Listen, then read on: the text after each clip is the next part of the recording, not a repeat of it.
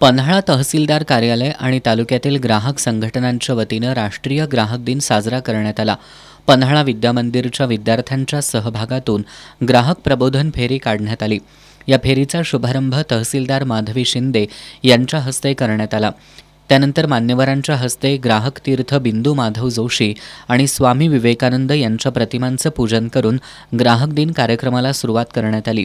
यावेळी बोलताना जिल्हा पुरवठा अधिकारी मोहिनी चव्हाण यांनी ग्राहक हा बाजार व्यवस्थेचा केंद्रबिंदू असून ग्राहकांचे हक्क सुरक्षित राहावेत, फसवणूक टळावी आणि दर्जेदार सेवा मिळावी यासाठी प्रत्येक ग्राहकानं सजग राहणं अत्यावश्यक असल्याचं सांगितलं.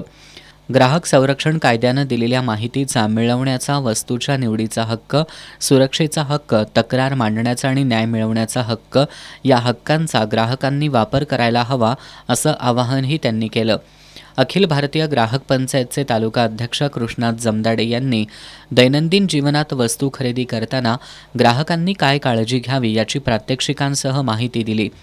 ग्राहक पंचायत महाराष्ट्राचे जिल्हाध्यक्ष बी.जे. पाटील, सदस्य धनाजी गुरव यांनीही यावेळी मनोगत व्यक्त केली.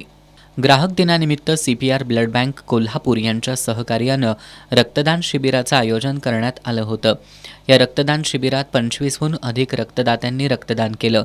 या कार्यक्रमाला नायब तहसीलदार संजय वळवी, पुरवठा निरीक्षण अधिकारी ज्योती कपाले, पुरवठा अधिकारी शशिकांत माने, अखिल भारतीय ग्राहक पंचायतीचे उपाध्यक्ष शरद शेडगे, रेशन धान्य दुकानदार संघटनेचे तालुकाध्यक्ष आनंदा लादे, ग्राहक पंचायतीचे संघटक कृष्णात हिरवे, सचिव भीमराव पाटील, सहसचिव दत्तात्रय बोबडे, ग्राहक हित संरक्षण संघटनेच्या राज्य संघटिका प्रमोदिनी माने, ग्राहक कल्याण फाउंडेशनचे सागर पाटील, प्रताप चव्हाण यांच्यासह तालुक्यातील ग्राहक संघटनांचे सदस्य, रेशन धान्य दुकानदार आणि विद्यार्थी उपस्थित होते.